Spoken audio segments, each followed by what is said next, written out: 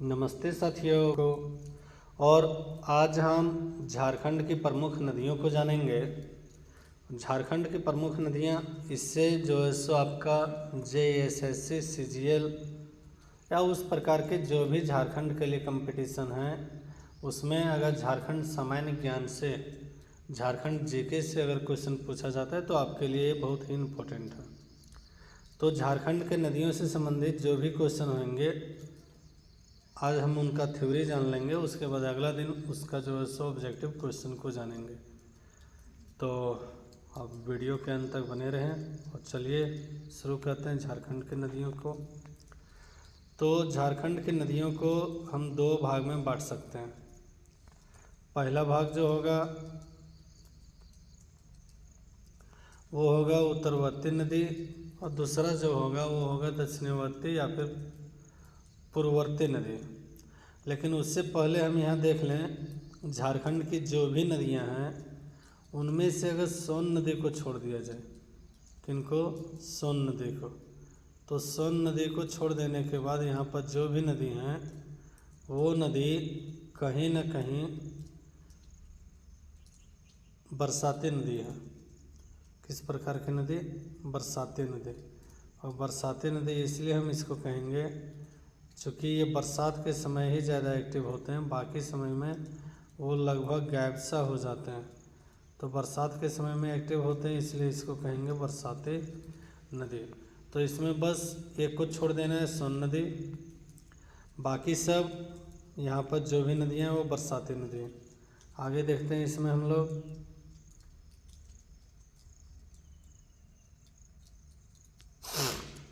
एक चीज़ और, झारखंड की जो भी नदियाँ हैं उसमें से एक ऐसी नदी है जिसमें नाव चलाना संभव है और वह है मयूराक्षी नदी। कौन नदी?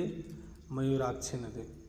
तो सबसे पहले हम जानेंगे उत्तरवर्ती नदी। उत्तरवर्ती नदी का मतलब जो उत्तर की ओर बहती, मतलब मुख्य रूप से वो जाके गंगा नदी में मिल जाती है। किस में मिल जाती है? गंगा नदी में। इसमें सबसे पहला जो है वो है सोन नदी, उसके बाद फिर उत्तरी कोयल नदी, पुनपुन नदी, फल्गु नदी, सकरी नदी और चानन नदी। इन सब नदियों के बारे में हम इसमें जानेंगे। तो सबसे पहला हम जानेंगे सोन नदी के बारे में। तो सोन नदी जो है उसका उद्गम स्थान जो है अमरकंटक मध्य प्रदेश है। लेकिन अमरकंटक मध्य प्रदेश में वो मैकल पर्वत से निकलते हैं। किस पर्वत से? मैकल पर्वत से। क्वेश्चन ये हो सकता है आपका सोन नदी का उद्गम स्थान कहाँ है? तो मैकल पर्वत। अमरकंटक पहाड़ी का नाम है जो कि मध्य प्रदेश में है।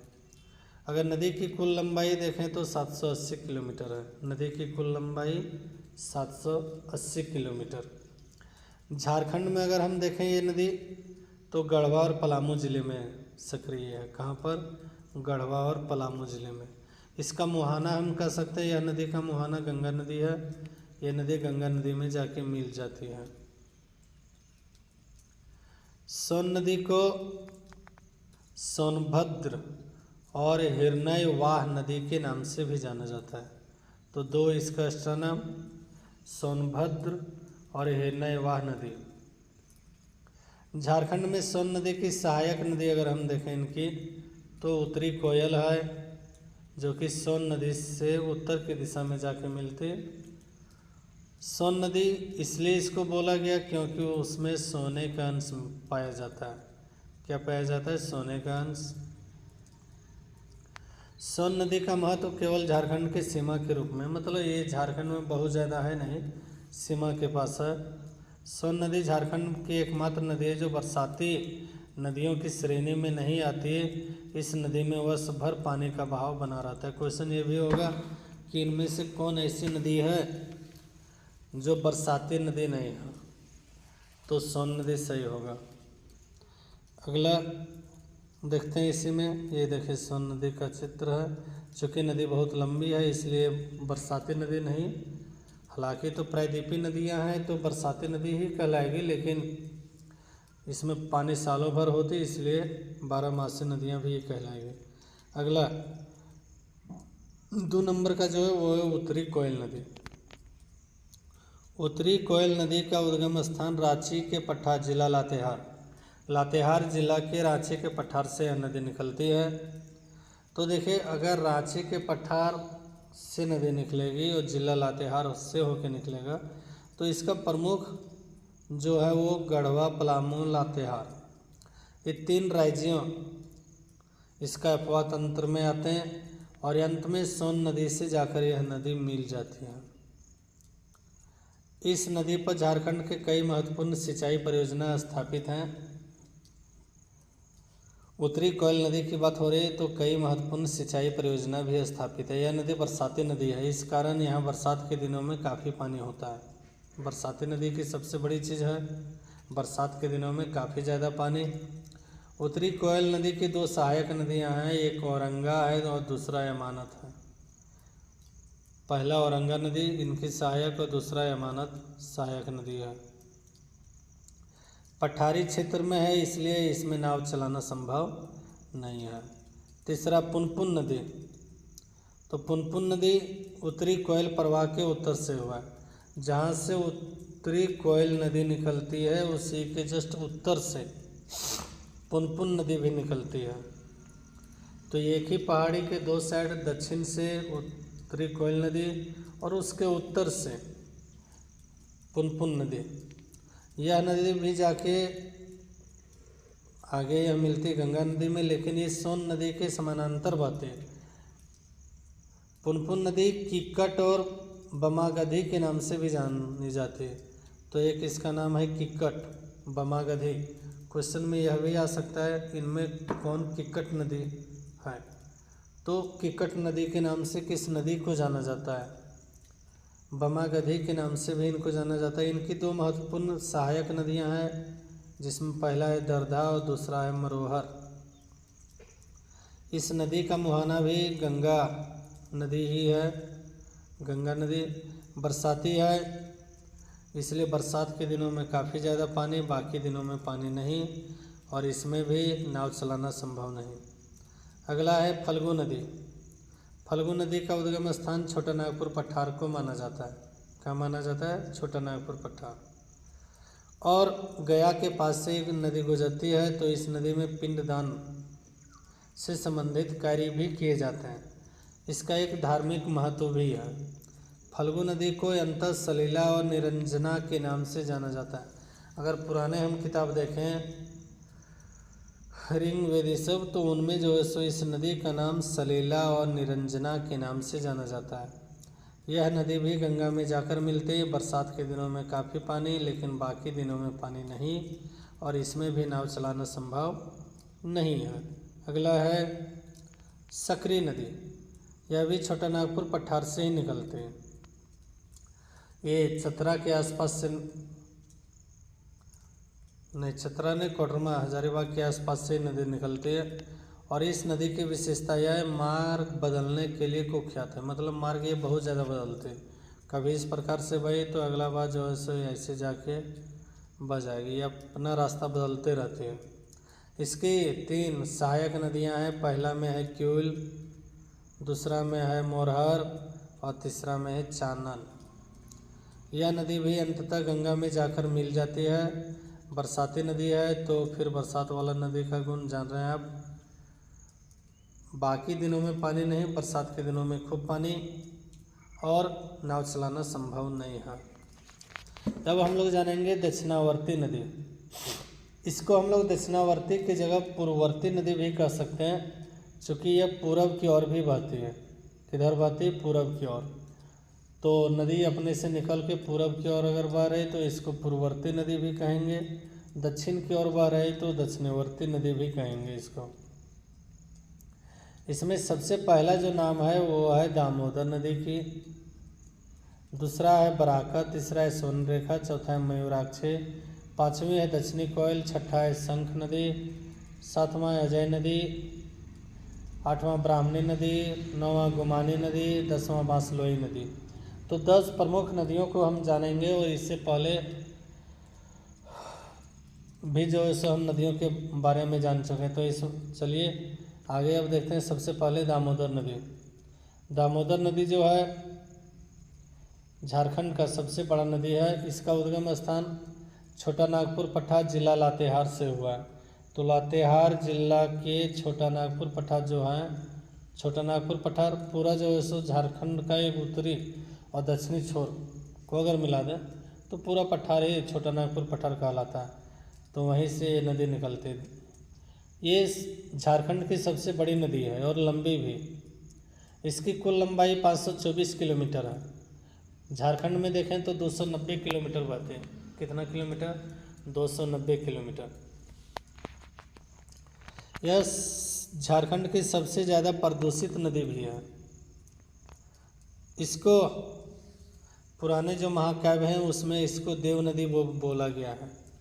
बंगाल का शोक भी इसे बोला जाता है, क्योंकि इस नदी के कारण बंगाल में बहुत ज़्यादा भयंकर बाढ़ पहले आती थी, परंतु अब नहीं आ रही। इसका प्रमुख कारण है बहुत सारी नदी घाटी का परियोजना इसमें बनाए गए और उसके कारण जल भंडारण की व्यवस्था की गई है, जिसमें आप लोग जानते होंगे मैथन डैम, पंचायत डैम, ये सब जो डैम है। तो इसी के कारण जब थोड़ी सी इसमें बाढ़ आना कम हो गया, और ख़ास करके पश्चिम बंगाल में। यह परियोजना अमेरिका के सफल टेनेसी घाटी परियोजना से प्रेरित होकर दामोदर घाटी परियोजना बनाई गई, और इसी के कारण अब इस नदी में बाढ़ नहीं आती है।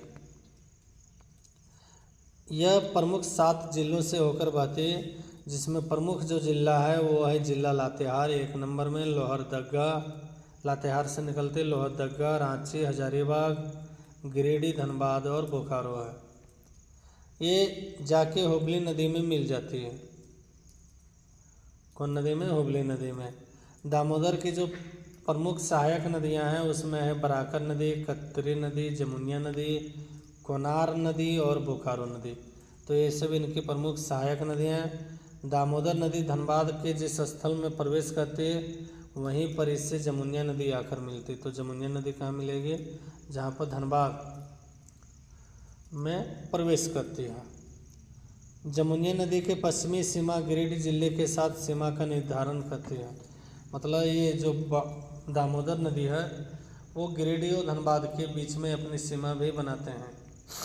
इससे पूर्व का में दामोदर से कतरी नदी मिलती, जो पारसनाथ की पहाड़ी से निकलती। तो इससे पहले वो एक कतरी नदी मिल जाती है जो कि पारसनाथ से निकलती है, और चिरकुंडा के पास दामोदर नदी बढ़ाकर से मिलती है, और यहीं पर मैथन डैम बनाए गए हैं चिरकुंडा के पास।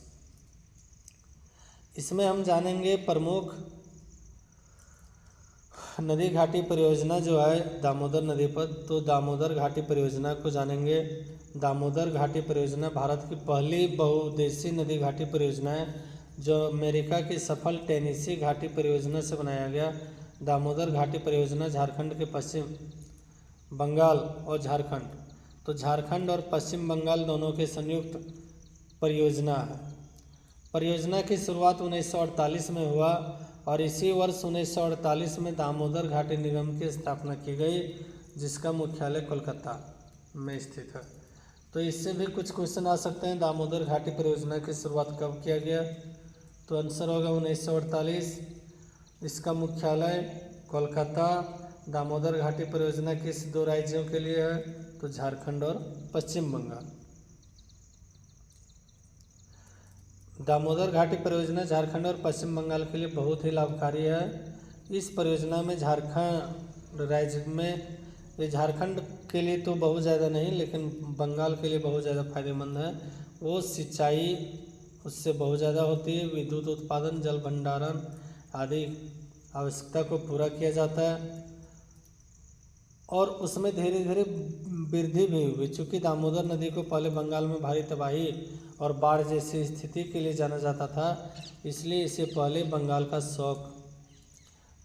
शौक नदी भी कहा जाता था। दामोदर घाटी परियोजना के बाद इससे उसमें छुटकारा मिल गया, और यह दामोदर घाटी परियोजना के कारण उसमें बाढ़ नहीं आती। दामोदर घाटी में कुल 8 बांध हैं, और ये 8 बांध को हम देख लेते हैं कौन कौन बांध है सो।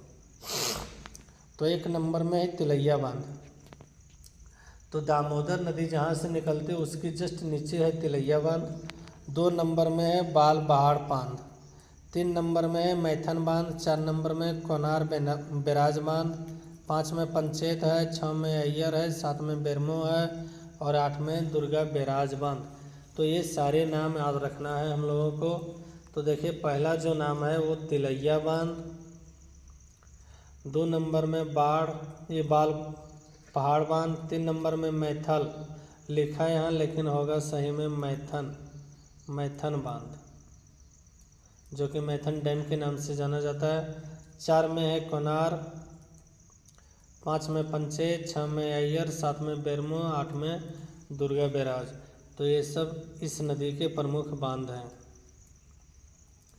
इसमें प्रमुख पहला जल विद्युत केंद्र तिलैया में 1953 में स्थापित किया गया। तो देखिए झारखंड जीके के लिए एक और इम्पोर्टेंट क्वेश्चन, झारखंड में पहला जल विद्युत केंद्र कब और कहाँ स्थापित किया गया? तो आंसर में होगा तिलैया। कब? 1953 में। अगर मैथन बांध के बारे में देखें तो टरबाइन पर आधारित बांध है, जो कि 1957 में स्थापित किया गया। और इन सभी बांधों में दुर्गा बैराज एकलौता ऐसा बांध है जो केवल जल अवरोधक का काम करता है। मतलब दुर्गा बैराज जो बांध है बस जल को रोकने का काम कर रहा है, बाकी कोई काम उसका नहीं है। ये दामोदर नदी का चित्र दिखाया गया यहाँ से ये निकलते ये लातेहार में प्रवेश करके फिर इधर से घूम के वो पश्चिम बंगाल की ओर चले जाते हैं। तीसरा बड़ाकर नदी। तो बड़ाकर नदी जो है इसका उद्गम स्थान छोटा नागपुर पठार, जिला हजारीबाग में है। तो हजारीबाग से छोटा नागपुर पठार चूँकि ये झारखंड की भूमि को अगर देखें तो उधर संथाल वाले भाग को अगर छोड़ दिया जाए तो बाकी जो भाग है उसको छोटा नागपुर पठार के नाम से ही जाना जाता है। तो वहीं से यह नदी निकलती है हजारीबाग जिले से। दामोदर की प्रमुख सहायक नदी है और सबसे बड़ी सहायक नदी भी है। बराकर नदी का उल्लेख बौद्ध और जैन ग्रंथों में भी हुआ है, जिसमें इसे बराकर नदी के तट पर जैन मंदिर काल्यारेश्वरी देवी मंदिर स्थित है। तो बराकर नदी के तट पर जैन मंदिर कल्यारेश्वरी जो कि गिरिडीह जिला में स्थित है। अगला इसमें बराकर नदी का अपवाह तंत्र अगर देखें तो हजारीबाग, कोडरमा, गिरिडीह, धनबाद ये सब जिले में बराकर नदी बहती है और फिर अंत में दामोदर में जाके मिल जाती है। यह भी बरसाती नदी है और बरसाती नदी के कारण इसमें भी बहुत अधिक पानी गर्मी के दिनों में नहीं होता है और नाव चलाना भी इसमें संभव नहीं है। अगला है स्वर्ण रेखा नदी। छोटा नागपुर पठार रांची जिले से होता है। तो रांची जिला से 16 किलोमीटर दूर नगड़ी गांव है, वहीं से यह नदी निकलती है। नदी की कुल लंबाई की अगर बात करें तो 474 किलोमीटर है। सोने का अंश इसमें भी पाया जाता है, इसलिए इसको स्वर्ण रेखा नदी बोला गया। बरसात की नदी है तो बरसाती नदी का गुण इसमें भी है।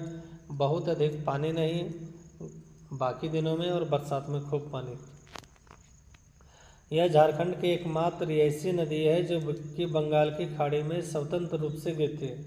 स्वर्ण रेखा पर झारखंड का सबसे बड़ा जलप्रपात हुंड्रू जलप्रपात भी है, जिसकी ऊंचाई 74 मीटर है।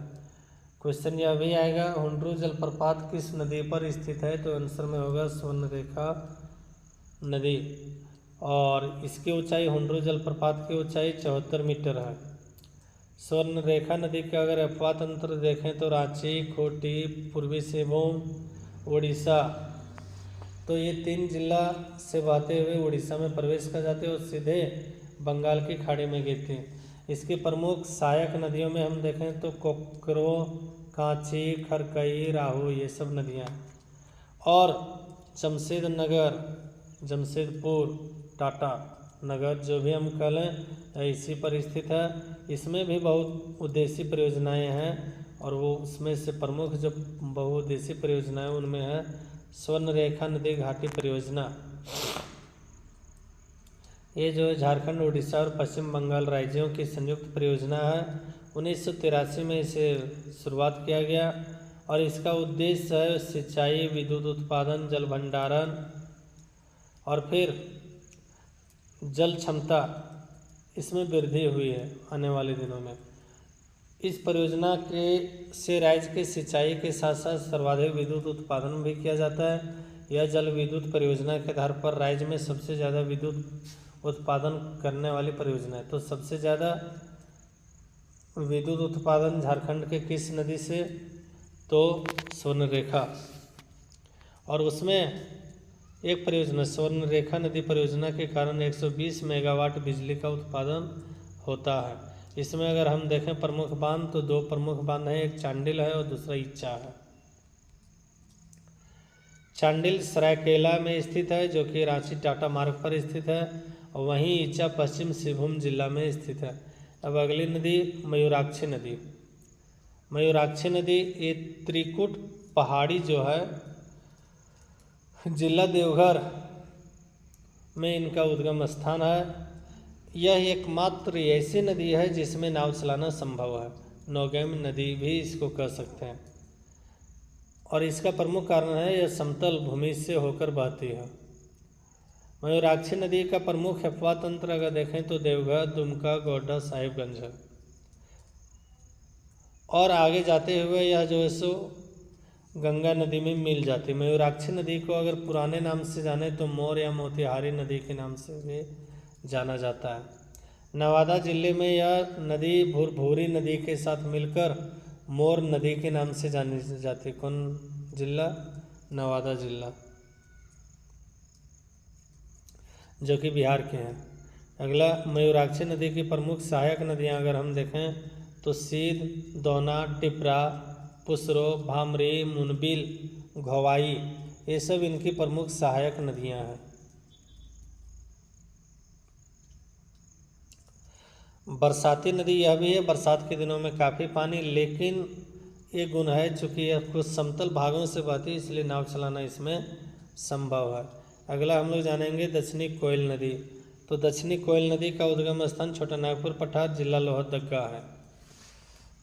बरसाती नदी है, बरसात के दिनों में खूब पानी, और दक्षिणी कोयल नदी लोहरदगा, गुमला, रांची, पश्चिमी सिंहभूम होते हुए उड़ीसा से शंख नदी में जाकर मिल जाती है। कौन नदी में? शंख नदी में। दक्षिणी कोयल नदी की प्रमुख जो सहायक नदी वो है कारो नदी। तो कारो नदी इसकी प्रमुख सहायक नदी। इसमें एक कारो परियोजना चलाई गई थी, परंतु उसका बाद में बहुत ज़्यादा विरोध हुआ। इसी के कारण 2003 में कारो परियोजना को बंद कर दिया गया। अगला नदी जो है वो है शंख नदी। शंख नदी का उद्गम स्थान छोटा नागपुर पठार का चैनपुर, जो कि जिला गुमला में है। बरसाती नदी है, बरसात के दिनों में खूब पानी। झारखंड की एकमात्र ऐसी नदी है जो गहरी खाई का निर्माण करती है। मतलब इस नदी को अगर हम देखें तो बहुत अधिक गहरी खाई। शंख नदी गुमला और सिमडेगा होते हुए उड़ीसा में प्रवेश कर जाती है। तो झारखंड में कौन कौन जिला? गुमला और सिमडेगा में बहती है। आगे जाकर यह दक्षिणी कोयल नदी से मिल जाती है। ठारी क्षेत्र में स्थित होने के कारण इस नदी में नाव चलाना सरल नहीं, मतलब नाव संभव नहीं है। बरसात के दिनों में इसमें भी खूब पानी। तो यहाँ पर आप देख सकते हैं शंख नदी का और ये दक्षिणी कोयल, आगे जाके दोनों मिल जाते हैं। एक और नदी अजय नदी। तो अजय नदी मुंगेर जिला बिहार। यहाँ तो दिया मुंगेर जिला लेकिन होगा जमुई जिला, चूँकि शायद अपडेट नहीं हुआ होगा। ये जमुई जिला के बटपार, अगर इधर आप गिरिडीह के आसपास वाले होंगे तो जानते होंगे, चकाई से कुछ पहले बटपार मिलता है, तो वहीं से अजय नदी निकलती है और बिहार से प्रवाहित होते हुए झारखंड के देवघर जिला में प्रवेश करती है। तो उसके बाद वो सीधे चल जाती है आगे और देवघर जिला में जाके प्रवेश कर जाती है। आगे चलकर इसमें जयंती नदी भी मिलती है। पश्चिम में पत्थरों नदी आकर मिलती है। पत्थरों नदी जो भी अगर हम लोग इधर बेंगाबाद रूट से एम से जाते हैं तो बीच में ही हमको मिल जाती है। बूढ़े के पास जो नदी है वो पत्थरों नदी के नाम से ही जाना जाता है। आगे जाकर वो अजय नदी से मिल जाती है। तो अजय नदी देवघर दुमका से होते हुए करगा के पास जामताड़ा जिले में प्रवेश कर जाती है। तो इसका प्रमुख अफवाह तंत्र अगर देखें अजय नदी का, तो देवघर, दुमका और जामताड़ा जिला है झारखंड के लिए। देवघर, दुमका और जामताड़ा, जो कि आगे जाकर यह पश्चिम बंगाल में प्रवेश करती है। पश्चिम बंगाल में यह भागीरथी नदी से जाकर मिल जाती है। प्रमुख सहायक नदियाँ अगर देखें तो इसका पत्थरों और जयंती नदियाँ हैं। कौन नदियाँ? पत्थरों नदियाँ और जयंती नदियाँ। यह भी बरसाती नदी है, बरसात के दिनों में खूब पानी, बाकी दिनों में पानी नहीं होता है और नाव चलाना इसमें भी संभव नहीं है। अगला है ब्राह्मणी नदी। ब्राह्मणी नदी दुधवा पहाड़ से यह निकलती, कहाँ से निकलती? दुधवा पहाड़ से। बरसाती नदी यह भी है और बरसात के दिनों में खूब पानी। ब्राह्मणी नदी की दो प्रमुख सहायक जो नदियाँ हैं वो है गुमरो और येरो। पठारी क्षेत्र होने के कारण इसमें भी नाव चलाना संभव नहीं। गुमानी नदी राजमहल पहाड़ी से निकलती है। राजमहल पहाड़ी तो साहिबगंज जिला। यह नदी बरसाती नदी है और इस कारण बरसात के दिनों में खूब पानी और झारखंड से बहते हुए पश्चिम बंगाल में प्रवेश करती है और फिर गंगा में जाकर मिल जाती है। तो पहाड़ी क्षेत्र में स्थित होने के कारण इसमें भी नाव चलाना संभव नहीं है। अगला और अंतिम आज हम लोग जो जानेंगे वो है बांसलोई नदी। तो बांसलोई नदी का उद्गम स्थान बांस पहाड़ से हुआ है। बांस पहाड़ एक जगह का नाम है। यह नदी भी बरसाती नदी है, तो बरसात के दिनों में इसमें भी खूब पानी। पठारी क्षेत्र में स्थित होने के कारण नाव चलाना इसमें भी संभव नहीं है और बरसात के दिनों में खूब पानी होती, बाकी दिनों में पानी नहीं होती। उम्मीद है आपको ये वीडियो पसंद आएगी और अगर आपको ये वीडियो पसंद आ रही तो आप अपने दोस्तों के साथ ज़रूर शेयर करें और हमारे चैनल पर अगर आप नए हैं तो चैनल को सब्सक्राइब ज़रूर करें। धन्यवाद।